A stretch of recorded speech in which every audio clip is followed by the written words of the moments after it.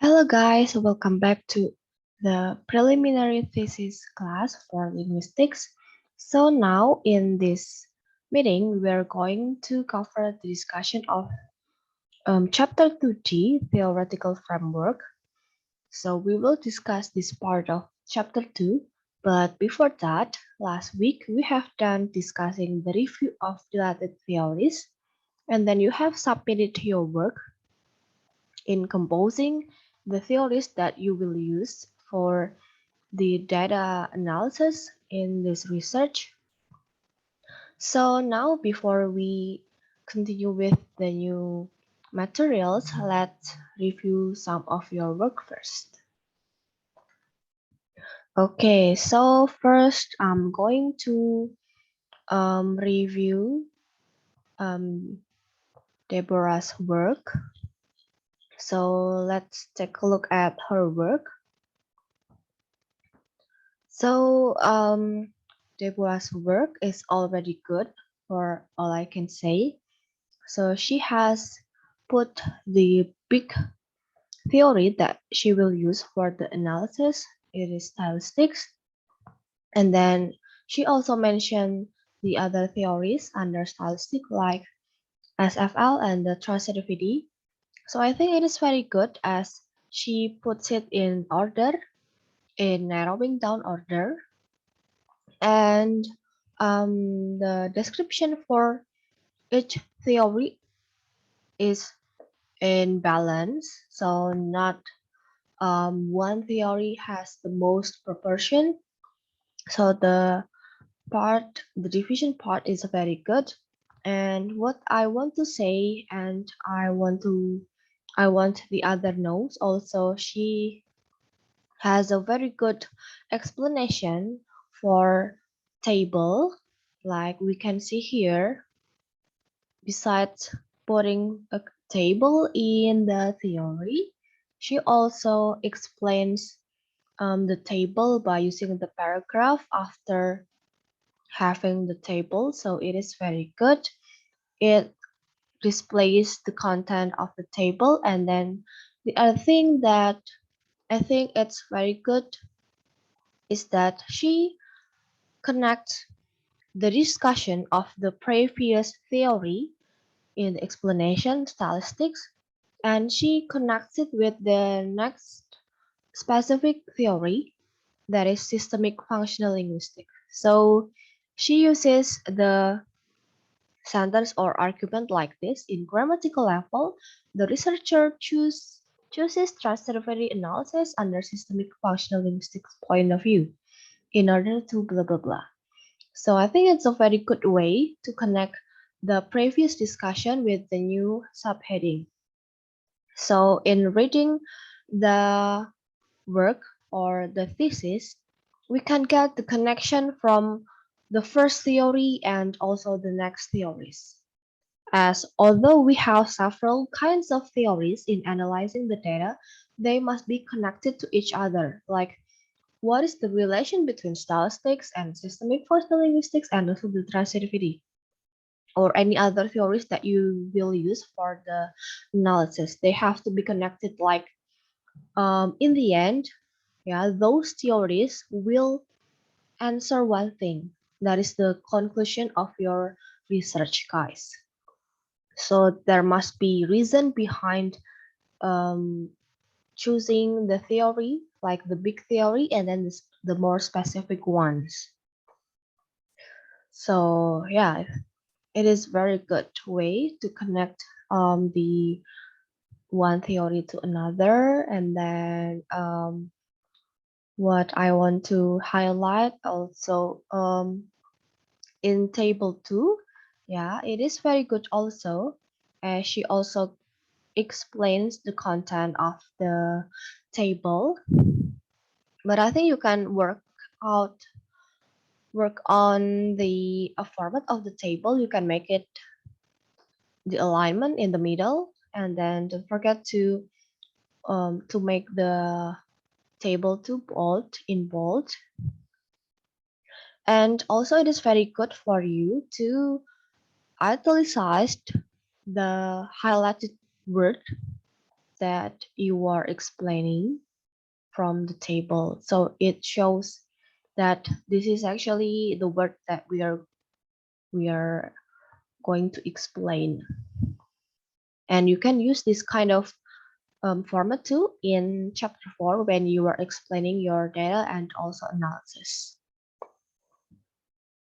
And then yeah, she explains many things in this part. And also yeah, this one, perhaps you could use another sentence also to connect when you are explaining about theme and rhyme with the translative process. As yeah, you can like go back to the um, translativity part in the previous explanation to be here. Like you want to go back to translativity process and explain it in the next subheading, like what you have done in the first part when you were connecting statistics with the SFL. And it is also very good as you wrote it in a systematic way. So from the theory and then the types, so it is very good. And I think you have many aspects to be explained here, yeah, as the types of the participants in the process are so abundant. So yeah, let's continue to until the end of the explanation. Okay, I want to see how you close the description of the theory. Okay, so it's the end of the discussion of the last the last part of the theory about circumstances of extent. Okay, so yeah, it is very good as you highlight the clause, yeah, and you make it different from the other sentences that this is the clause that you were going to explain. So it's very good. It was taken from here. Okay, so yeah, that's from Deborah. Let's take a look at the other review. So for now, I'm going to let's look at Helga's work. So this one is from Helga. So in her related theory, she has pragmatics. Okay, so it's very good, but make sure you have a um for all of you guys, make sure that you have a consistent way in quoting. Yeah. So when you have last name and then year and then you have page, make sure the other also have the year and also the page if it is possible. So yeah, I believe that you actually read the book and quote them, not just take it from any other sources and then put them just paste it on your work. Yeah, I just believe that you read the actual book. Okay, and then here it is. If you want to um, present an example, if it is only one, you don't have to use the what is it like the numbering. Yeah, so you can just put Joe and Georgia there without the numbering A here. And then okay, and this is also a very good way to connect your pragmatics explanation and description definition with the speech acts as you introduce that in the next part we will be talking about speech acts theory. So it's a very good way. And the opening sentence is also very good, as you start with speech acts becomes one of the pragmatics theory, perhaps one of part of pragmatics theory. Yeah. Okay. And then next, okay, for the subheading, um, as far as I know, yeah, just correct me if I'm wrong.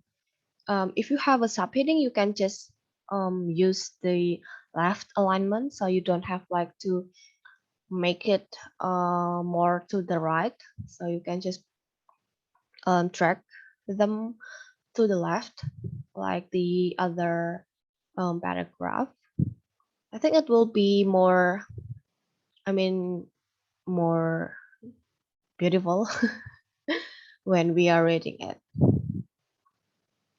Okay, yeah, if you have example also, if you have only one, you don't have to make it uh, a number, or perhaps you can just put the sentence as it's only one sentence here.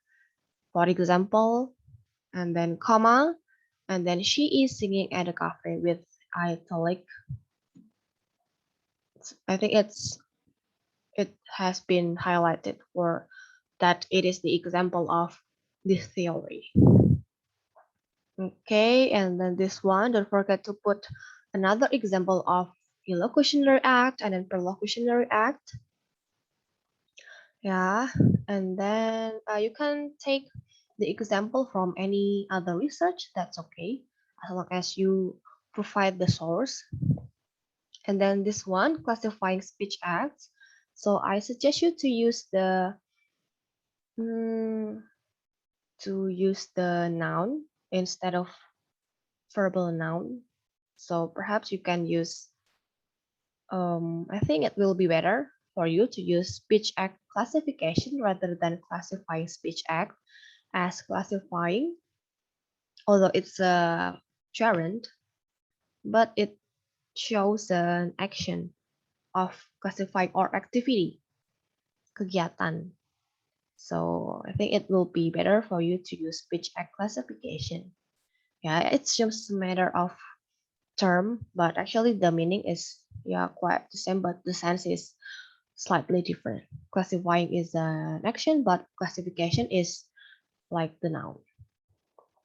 Or you can just um, speech at classes like the one that you use in the paragraph, or classes of speech. I think that would be better to use as the what is it, the title of the subheading, as you are not going to classify in this part, you are just going to explain the classification. Okay, and then yeah, the example is very good. Yeah, please put it like this. You have a left alignment here, but I don't know why you have a like a bit right in the previous subheading example or types. So yeah, and you can also put some examples for directives, commissives. I mean in the form of the utterance, like how the utterance can show the direct speech acts. Yeah, as yeah, the example of the real in the real form, in the realization is very important. As sometimes the act of ordering is different from the utterance. Sometimes we can order by using interrogative, but in the other way, perhaps there are also some people who don't understand that it is actually an order, not a question. Okay, so I think it will be better for you to put an actual examples by using utterances here for each speech act. Okay, next. Okay, so yeah, I think utterances for the examples will be better for completing your theories. Okay, that's a good work. Thanks, Helga. And then let's continue with the other work. Okay, I will go to Tiara's work. Okay. Okay. So Tiara here, she has morphology and word formation for the theories. Okay. So yeah, let's continue with this. Okay.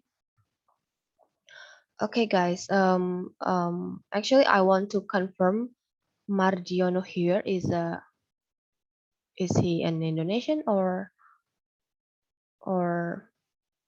I mean which country does he come from? As actually it's okay for you guys to use like Indonesian textbook for the resources and also for references for your thesis, but I encourage you to use or to read the textbook that talks about English linguistics. Yeah, as actually for Indonesian book, although they are talking about linguistics, and actually they borrow or they adapt mostly English theory of linguistics to the Indonesian. But I actually encourage you to read like the what is it like the primary source.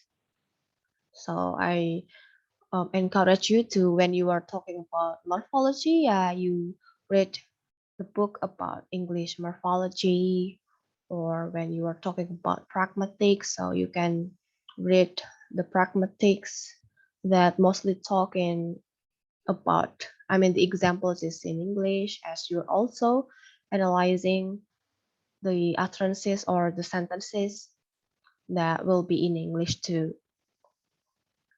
Yeah. Although sometimes the theory in English and of Indonesian are the same. Ya, jadi walaupun sebenarnya kalau textbook linguistik yang di Indonesia itu emang banyak yang mengadaptasi dari teori linguistik berbahasa Inggris sih. Jadi mengadaptasi dan diterapkan di linguistik Indonesia. Tapi kalian lebih baik kalau kalian membaca sumber aslinya, that they take the example from English, karena kalau yang textbook berbahasa Inggris kan mereka banyak contoh dan penerapannya kan dalam bahasa Inggris juga. Sementara untuk objek kalian kan juga berbahasa Inggris. Jadi saya rasa akan lebih tepat sasaran kalau kalian juga menggunakan teori yang dari buku berbahasa Inggris gitu. But that's okay, guys. It's just a suggestion.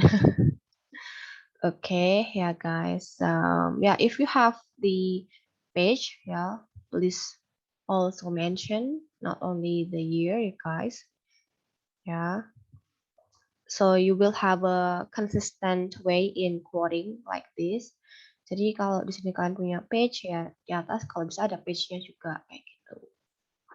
And it is very good for Tiara as you have narrow it down explanation for the theory, like you mentioned about morphology in the beginning, like the big branch of the linguistics, and then you specifically talks about morpheme. And then after that, we also mentioned about the types of the morphemes. Yeah, just make sure that you will be talking about morpheme in your analysis. Yeah, so that the theories here is not just a waste. Okay, and then if you have a page here, yeah, by using P, make sure you have also P here, but they are different. So make sure you have a consistent way in in displaying the source. Okay. And then after that, okay, so I will suggest you to make another compose another sentence to connect your explanation or description about words, and then word as a linguistic form with the word formation. Yeah, perhaps you can just like explaining that as a one of the linguistic forms. Yeah, word can in forming word there are some types of processes that will be presented in the following subheading. So you can use that kind of sentence in here. And then okay, here actually if you have at etc here, etc. Yeah, it's although it's um after etc you have to use the period as it is an what is it acronym or what? Yeah, forgot what is the term, but you don't you have to put another period here also like this. Yeah.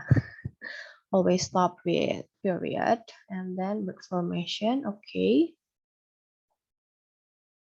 so it's very good that you connect again with the morphological studies, or you can just talk as morphology so that it is in line with the previous explanation. And then it is very good that you clearly mentioned that you will have a combined word formation theory, okay, to analyze the data. Yeah, but make sure you have the reason why you have the combined theory. Why not just one? So you need to restate your goals in having the combined word formation theory in back in the chapter 1, or you can just put the reason here also, just to what is it clarify why you decide to have a combined theory. And then I suggest you not to use the word here is contracted here. So I think it will be better by using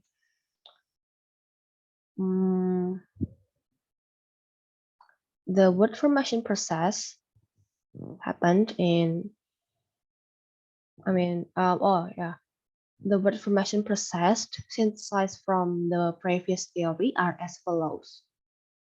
Okay, and then you can explain the kinds of the word formation processes. Oh yeah, if you have more than one, it has to be processes there.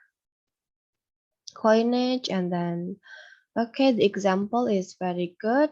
Oh, guys, when you were explaining an example, just um attach it to a sentence, yeah. Like for example here, guys, the most typical source in trade name found for a commercial product, which is the generic term for any version of the product, comma, for example, aqua for mineral water, Indomie for instant noodle, and many more.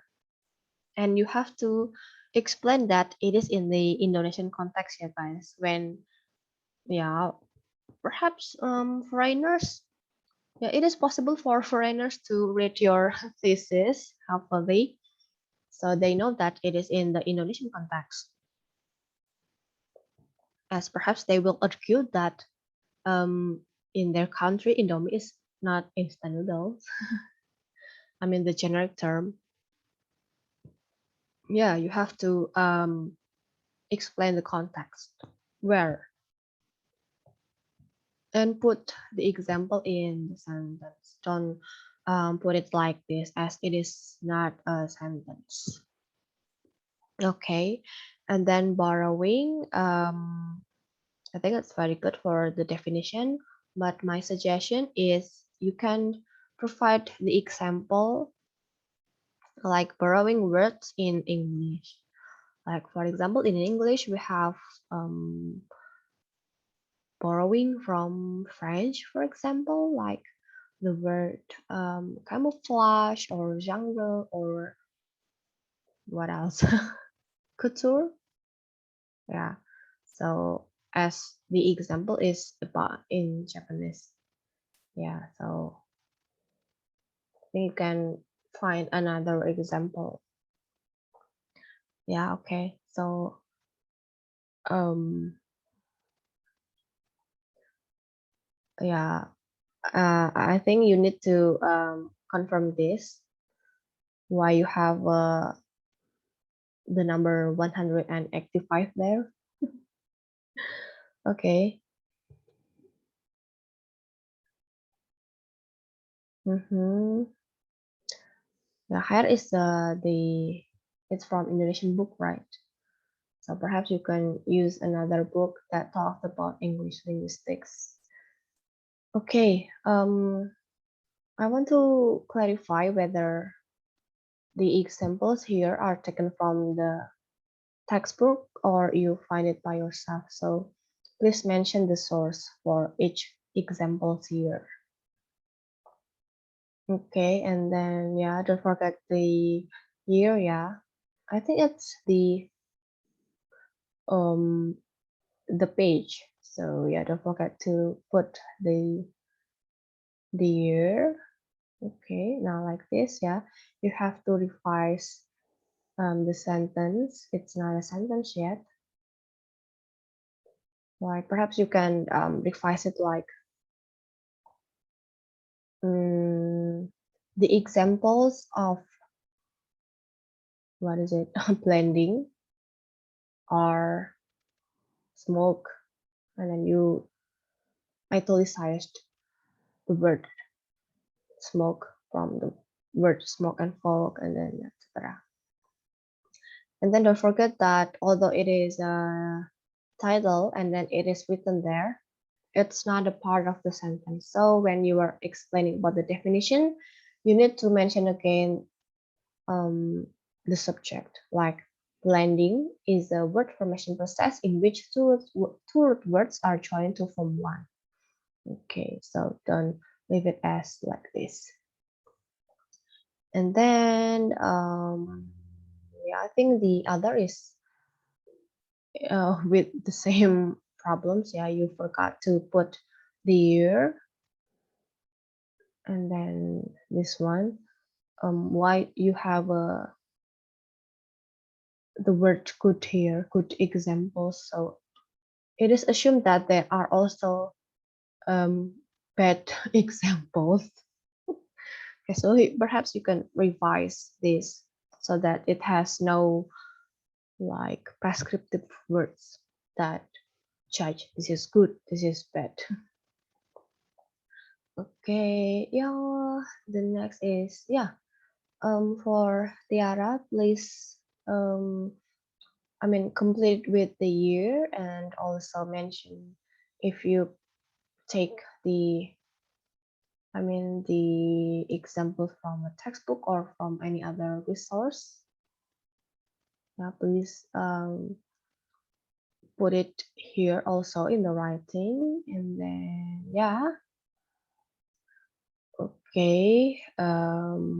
Oh, this one is also, it hasn't been a sentence yet. Yeah. If you have, for example, comma, you have to make it in a sentence form. Don't write it like this, guys. It's not a sentence yet. Okay. Remember, guys, you have to write always in a sentence.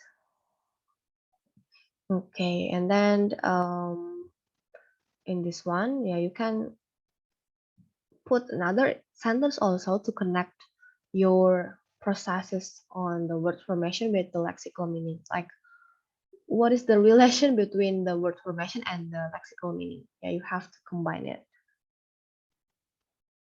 Yeah.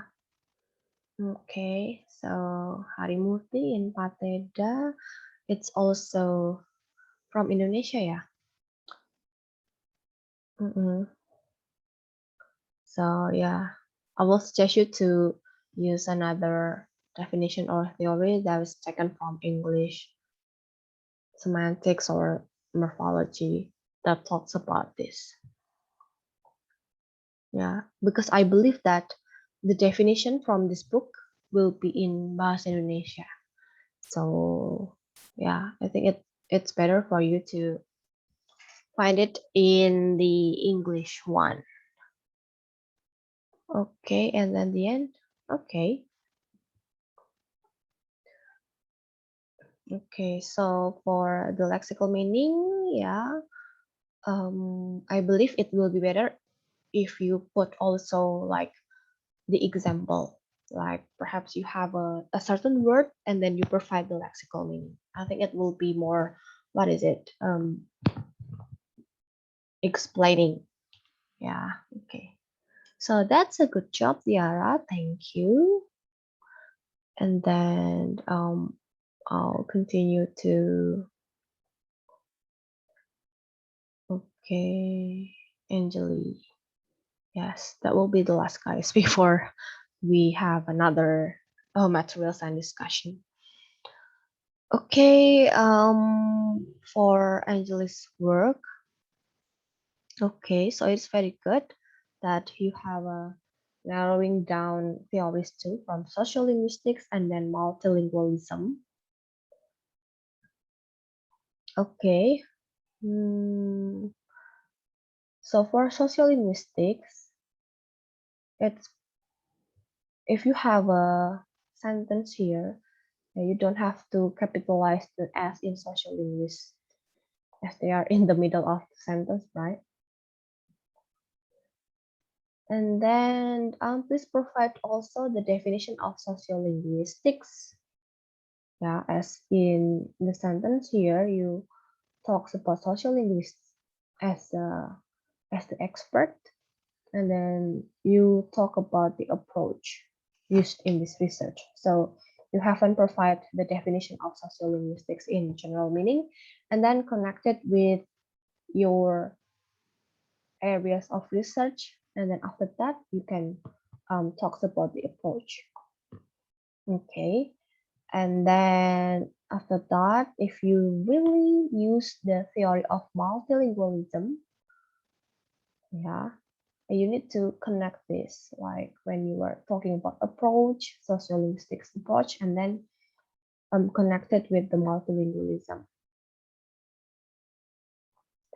Okay, so actually the multilingualism is not a theory that can be applied for your data, I think, but it just support that the speaker on your object is multilingual. So perhaps you can just combine in sociolinguistics, like one of the phenomena in sociolinguistics is multilingualism, or any other way to connect sociolinguistic and multilingualism. Why suddenly you jump from sociolinguistic and then multilingualism? I mean, what you have to find the gap and then fill it. So why in sociolinguistic there is a part that talks about multilingualism? What what are the factors that trigger the phenomenon of multilingualism? So you can put the gap here. And then, yeah, I believe it will be better for you to mention the subheading in social linguistics and then directly to code switching. But before that, if you have the explanation like this, make sure you have a connecting sentences here also, like person who are multilingual, yeah, they may perform code switching, and then after that you can explain what code switching is. I think it will be more, I mean, the flow will be smoother in reading this. Okay, and then code switching, blah, blah, blah. And then, yeah, here it is.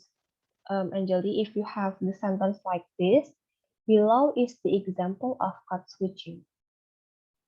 Okay, but in your writing here, you have nothing below the sentence. So again, guys, I encourage you not to use the word below or above. You can use the word in the following as follows. Yeah, it will be like less, what is it? It will be less risky. Yeah, if you have um like different page when you edit it. Okay, like for example, maybe and maybe.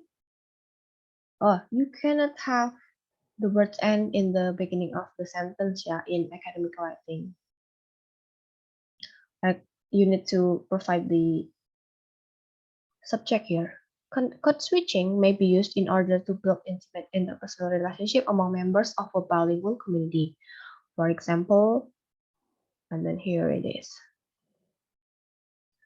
And then yeah, I think I don't have any problem if you have the example here from a textbook, but it will be better for you to as your object is code switching from Indonesian, bahasa Indonesia to English. It will be better for you to provide the example also in the pair of bahasa Indonesia and English. So it will be closer to your object of data. Yeah, it will be more, let's say, inline. And then types of code switching, okay.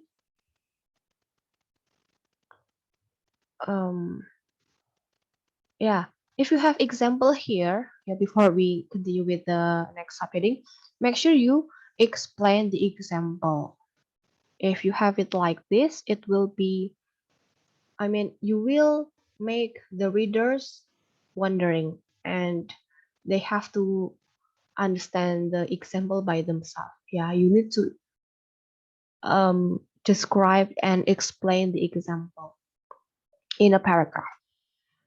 Okay, for example, the conversation in the previous conversation, it is shown that someone is switching from English to Maori. Okay, and it can be used to show the intimate relationship between the speakers, as perhaps they come from the same ethnical background and then they have like they speak similar language because they have the common common background, so they show their identity by by switching from English to Maori, or any other explanation that you can interpret from this conversation. Okay, and then after that, don't forget to introduce the types of code switching. Okay. Okay, don't forget to put the year here, yeah. So in what year he proposed the theory of types of the code switching. Okay, here, yeah. Don't forget to explain the example. Like for example, in this one, like if we have the sentence like this, you can explain that in the previous example, yeah, there is a intersentential switching from Yoruba to English, and then the speaker use the subject in Yoruba's word, which is wono, and then he uses like the rest of the sentence in English or something like that to explain the example. I think it will be better. Okay, and then this one, yeah. So you can explain at this example of intersentential switching. Yeah, in the first sentence he used English, and then the second he used the Italian to um, to express his feeling about the song. And then don't forget to put the period after the bracket. And then yeah, okay, like this, it's very good. In the sentence above, you can see that the speaker switches the language from English to Italian. So it's very good. You have the explanation. So I wonder why you don't have such good explanation in the previous example. And then the reason, okay.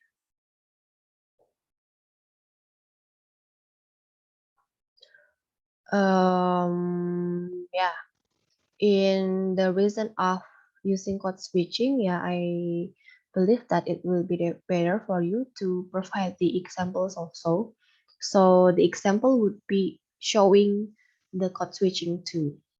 I think you can use like the previous thesis that talks about code switching and put the examples here. Yeah, cite them and put it here. Like if you have the examples of interjection, yeah, I think it doesn't really explain the reason because you are talking about code switching. Like yeah, it will be better for you to provide an utterance, and it has the interjection, for example, in Bahasa Indonesia, but the next sentence in English, like, aduh, my leg is hurt, or something like that. Then quoting somebody else, yeah. Okay, so yeah, for the rest of this, yeah, I believe it will be better for you to provide also the example if it is possible. Yeah, I think there are many other examples that you can think of for reason of or yeah, the reason of using code switching, as it is it has been common in our daily language, right? I believe that you also often do this. So why don't use your way of talking or speaking, doing the code switching, and put it here. Okay. Yeah, for example, like expressing group identity and solidarity. Yeah, like when we are the example is like what I can think is when we are when we are um when we are meeting someone Muslim, yeah, we can greet her like Assalamualaikum Uhti. I think it's expressing group identity and solidarity. Although we don't know about Arab, but we use the word Uhti. It shows the identity and solidarity, I think. Okay, so yeah, I think it will be good for you, Anjali, to provide the example also. And don't forget to explain the example. All right. So yeah, that's some review of the work, and the other, yeah, perhaps you can do some kind of personal consultation if you have something to ask to me. And then let us continue with our material and discussion for this week. Okay, but overall from the other submission, yeah, the problem is quite similar with the ones that I have reviewed before. So you have to connect one from one subheading to another and then explain the example, and match the examples with your object or data. When you are talking about English, Indonesian code switching, it will be better for you to provide the examples in the same context too. Okay, so if you have a further question, feel free to contact me, guys. And then let's continue with theoretical framework, as we don't have review of related backgrounds. I believe that, as far as I know, it's for the literature stream. Like background is very important in the literary works, right? Like the social culture background when the work is written or published is very important. Okay.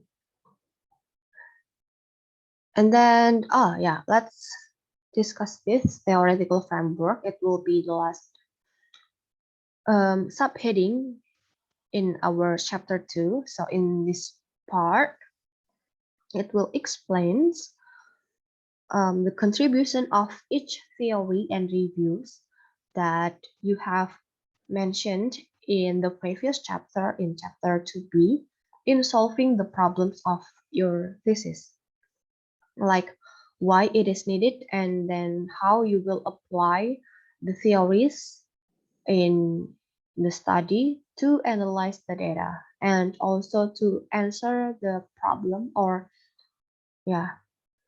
to reach the objective of your research.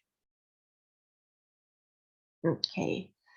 And then don't forget that the theories and reviews should be synthesized. Or what we mean synthesized is that it needs to be adjusted to make it more applicable to your object and to answer your problems of the study. So when you have adjustment like Tiara's decision to combine the word formation, so it's called as synthesize. And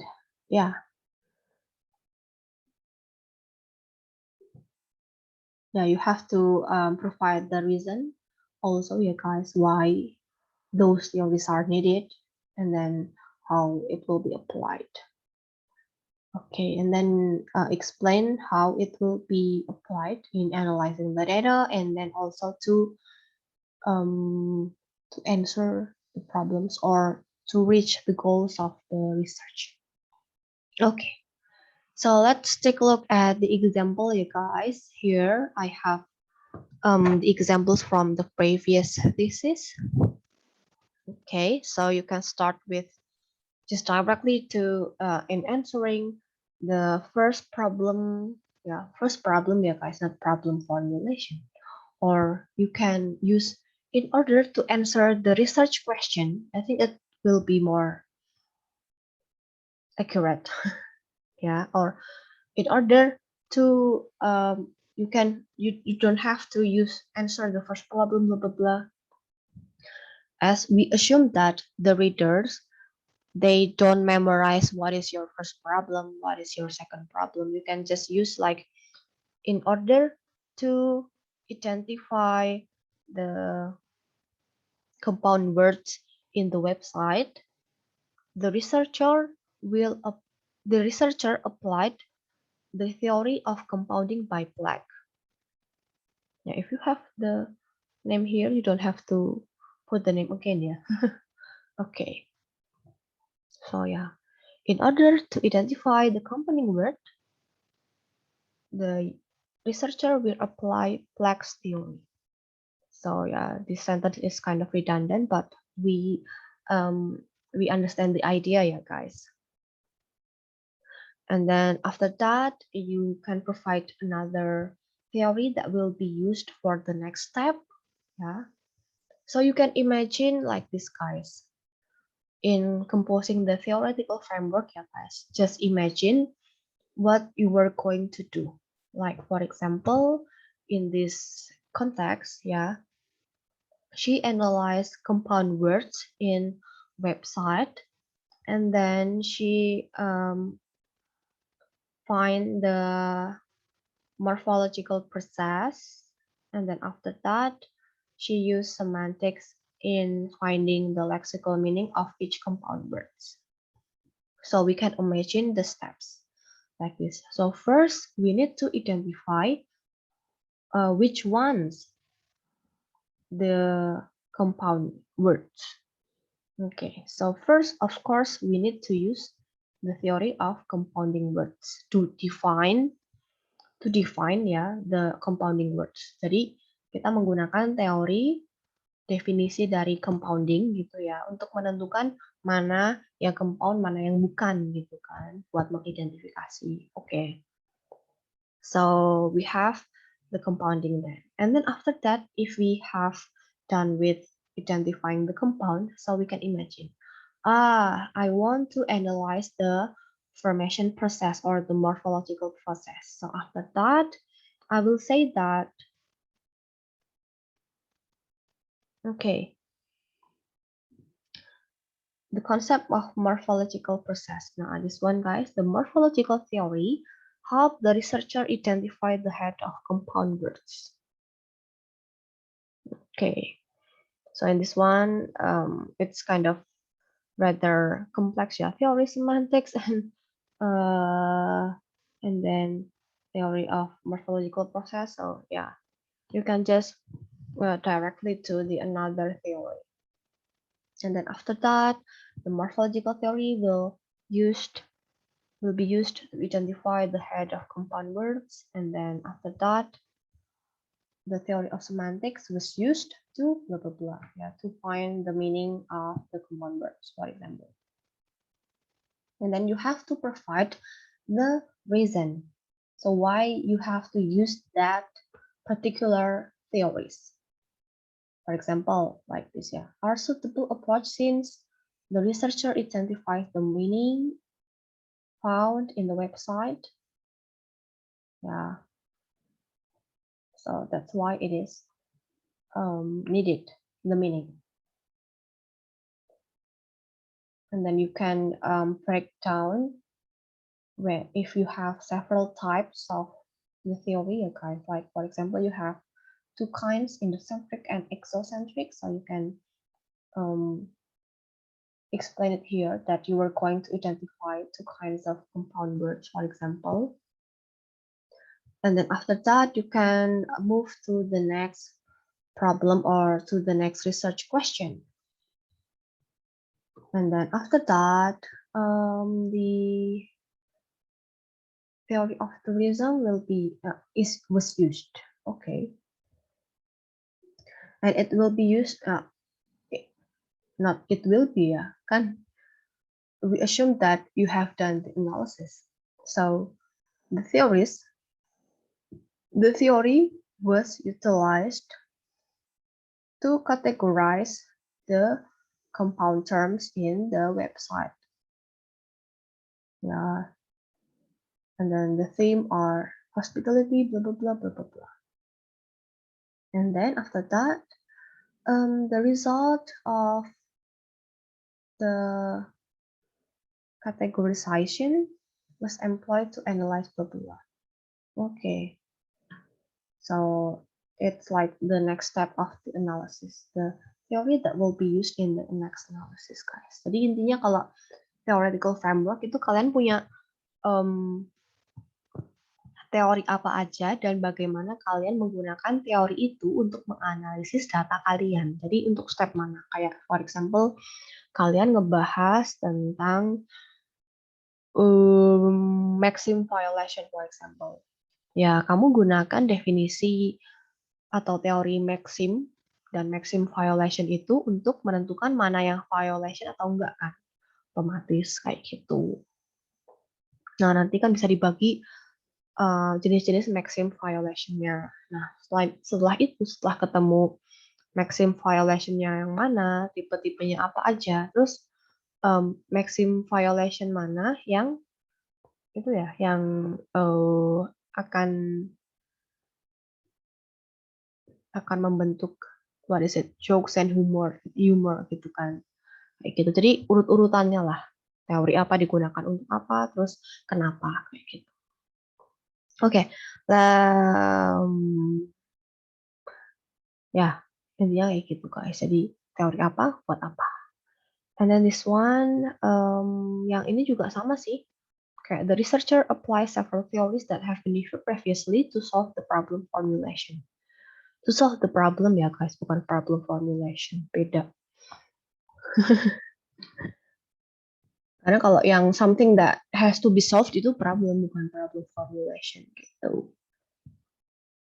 And then with the stylistic approach, the researcher figure out the language and visual feature. Oke.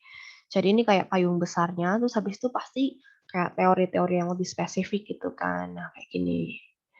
Kayak kan dia pakai two language level, phonological and graphological. Nah, ini phonological level dia pakai teori apa gitu. Terus selanjutnya di graphological level dia pakai apa gitu. Kemudian nah ini in order to answer the second problem. Nah, ini bisa dijelaskan ya kayak kalau kayak gini guys, to find out the possible effect interpreted by language and visual features itu bukan problem formulation sih, itu lebih ke objective of the study nggak sih? Kalau problem formulation kemarin kan bentuknya pertanyaan, jadi kalau kayak gini kan bukan pertanyaan, jadi bukan problem formulation, tapi lebih ke second objective nggak sih? Tujuan kedua, kayak gitu, to find out the objective.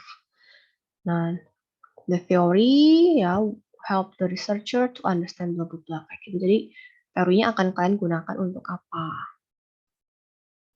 Nah, ini sangat bagus guys, kayak ada kesimpulannya nih kayak hence it can be detected whether the language and visual features in the magazine cover have persuasive purposes or not. Jadi kayak kesimpulannya dari teori-teori yang kalian pakai itu nanti pengen nemuin apa sih? Kayak hasil akhirnya tuh kalian pengen nemu apa sih? Kayak gitu. Jadi kalian bisa taruh itu di akhir. Kayak misalkan mungkin kalau dari topiknya siapa ya, kayak topiknya data misalkan. Nanti bisa kelihatan kayak kesimpulan di kalimat terakhirnya di theoretical framework gitu ya. Mungkin kamu bisa menjelaskan bahwa kayak di akhir itu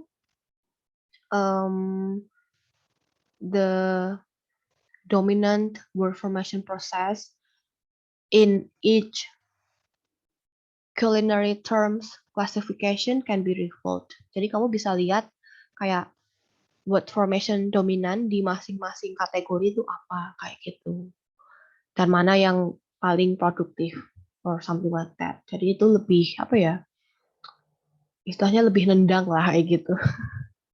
Jadi ada apa ya? Nggak gantung gitulah kalau kita istilahnya minjem istilah film ya, endingnya nggak gantung gitu. And it can be used for composing the conclusion kayak gitu. Jadi kayak akan menggiring kita ke conclusion. Jadi kamu kesimpulannya apa? Kan kesimpulan itu again not just a restatement of your research result loh ya. Nggak cuma restatement kamu ketemu apa, tapi harus ada implication-nya. Oke? Oke ya, semoga in the end of this semester all of you can finish chapter 5 ya sampai conclusion. Semoga bisa selesai. Ya, kalau kita bisa lebih cepat nanti kita juga bisa lebih banyak diskusinya for this preliminary thesis. Okay guys, I think that's for the theoretical framework discussion ya. If you have question about this or about the previous work and submission, please feel free to contact me, guys. Okay, so yeah, I think that's all. Thank you very much, guys, for watching this video, like listening me to talk for this long. Thank you.